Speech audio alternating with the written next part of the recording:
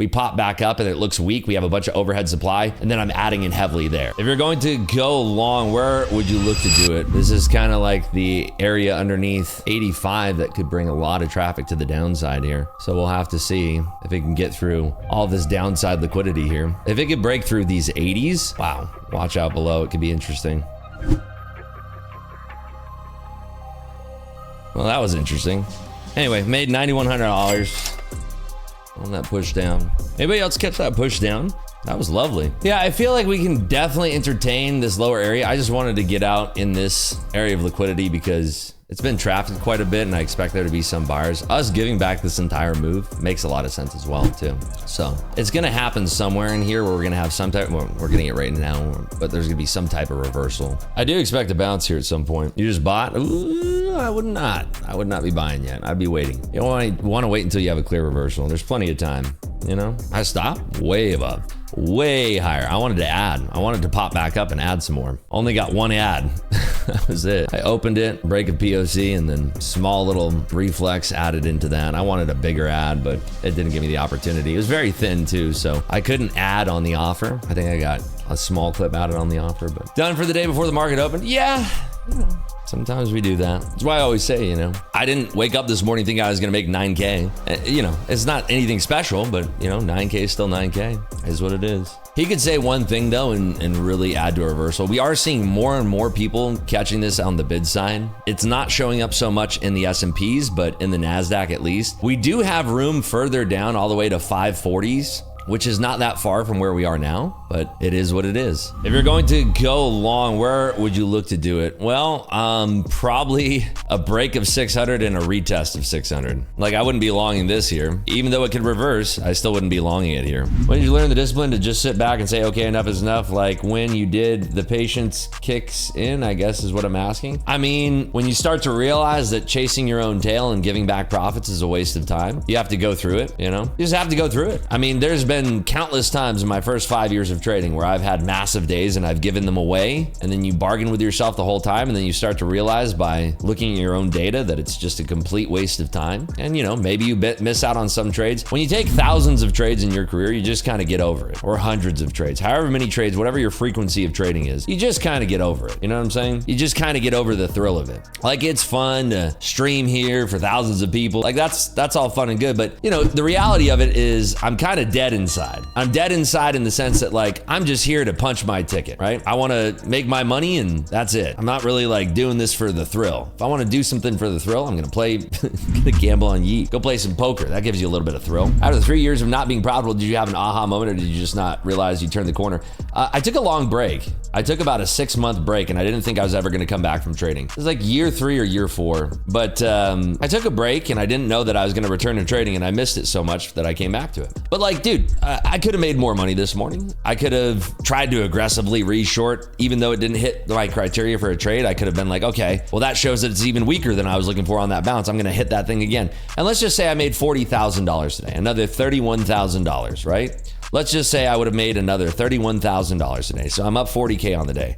Is that going to change my life even slightly? No, it's not. So if I'm not like, you know, if I'm not getting the trade that I want, that's the 3-inch putt, then I don't really care. I can always make more money. That's kind of my mindset too, is like, I'm not really worried anymore. You know what I mean? Like in your first few years, you're kind of trying to prove it to yourself that you figured it out, that you got this. You'll never figure it out truly, but you'll get to a point where you can trust yourself enough and trust that you're not going to go out of pocket and go crazy, right? You'll get to that point. What was my criteria? My criteria was a retest of 600 and then a rejection at 600 for a reshort, right? It didn't get up there. Instead, I mean, you could argue that that was a much better shorting opportunity because we didn't even make it above 600. I thought we were going to come back up at least touching and kissing VWAP. Problem is that, you know, on that type of tape, you know, we have a huge push up, we have a rejection, push up, rejection, push up, rejection. You don't know that it's not going to keep on. Like even you could have a fake out back down to here and then you have a huge amount of buyers, right? I was waiting for it to reject off these lows and then come back up to here in this area, reject, and then take a reshort. That's what I wanted to see. I didn't get that. And so essentially, you know, let's just say I'm the most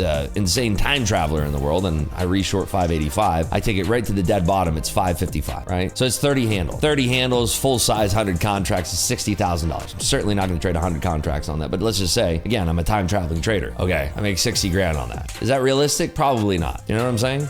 Like, and that's why I don't care. Like, I thought I did well. I made 9K in under 2 minutes. That's great. I'm proud of that. I made more than I made yesterday. I made 4,500 yesterday, or whatever.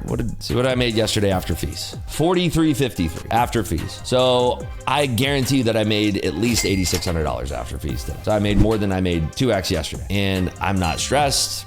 It was trade. I'm done with it. I don't really feel like giving any of that back unless there's a setup that's worth risking my day on that, right? And that setup is going to have to be something where it's like, I'm super confident in it. I can take that trade and it's going to make me a lot more money. Otherwise, one of the things you want to ask yourself constantly is like, truly, like for instance, if I took a pop shot trade right now, like a pop shot, and I made like a very small amount, like let's say like $2,000, bring my profit up to $11,000. You have to ask yourself the question, because you can always lose more, right? You can always lose more. Things can happen. Like I could put on a trade the moment I'm setting my stop loss and dragging it. You could have a Trump tweet, boom, the market explodes, my stop loss doesn't get there in time, and I get completely, totally, right?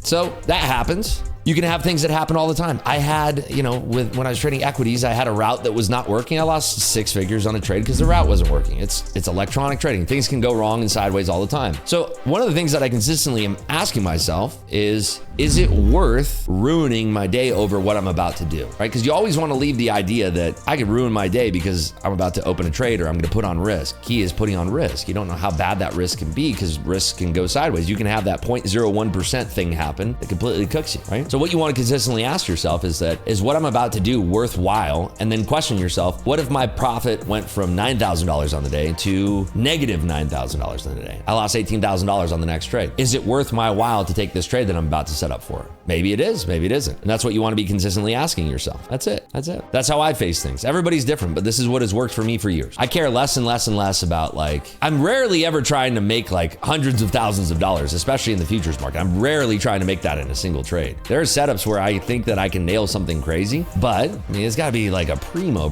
setup.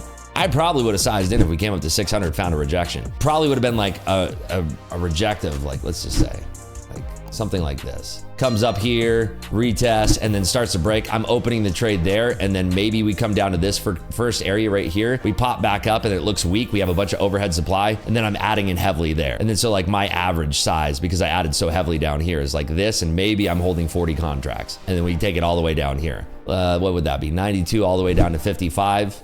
40 contracts would be $32,000, right? That would have been a great trade. Then I end up the day $41,000. That's worth the risk of me sizing into 15 contracts or 20 contracts and then another 20 down here. 20 contracts pops up, 600, let's say stop is at 612. It's $4,000 loss. I'm still up 5K on the day,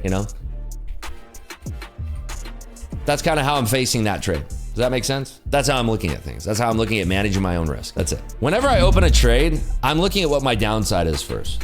What's my downside on this trade? And usually if I'm in the profit, my downside should usually be way less than what I'm in the profit for. Now that doesn't mean let's say I'm up $2,000 on the day. I'm not gonna be looking at some micro BS trade for $500. I'm not really trading around my P&L, to be honest with you, but I'm still considering things as the day progresses. Is there opportunities? Are there things that make sense? Am I jeopardizing my P&L? Am I jeopardizing my day? Is there a real setup there? Am I being greedy? All those things. Markets are opening in about 5 minutes here. 5 more minutes till the market opens. Maybe we trade props. Maybe we just kind of watch the market. Who knows? Who knows? I really don't like how much it's settling right above this point, and this is very, very choppy. This is a great distribution of liquidity here.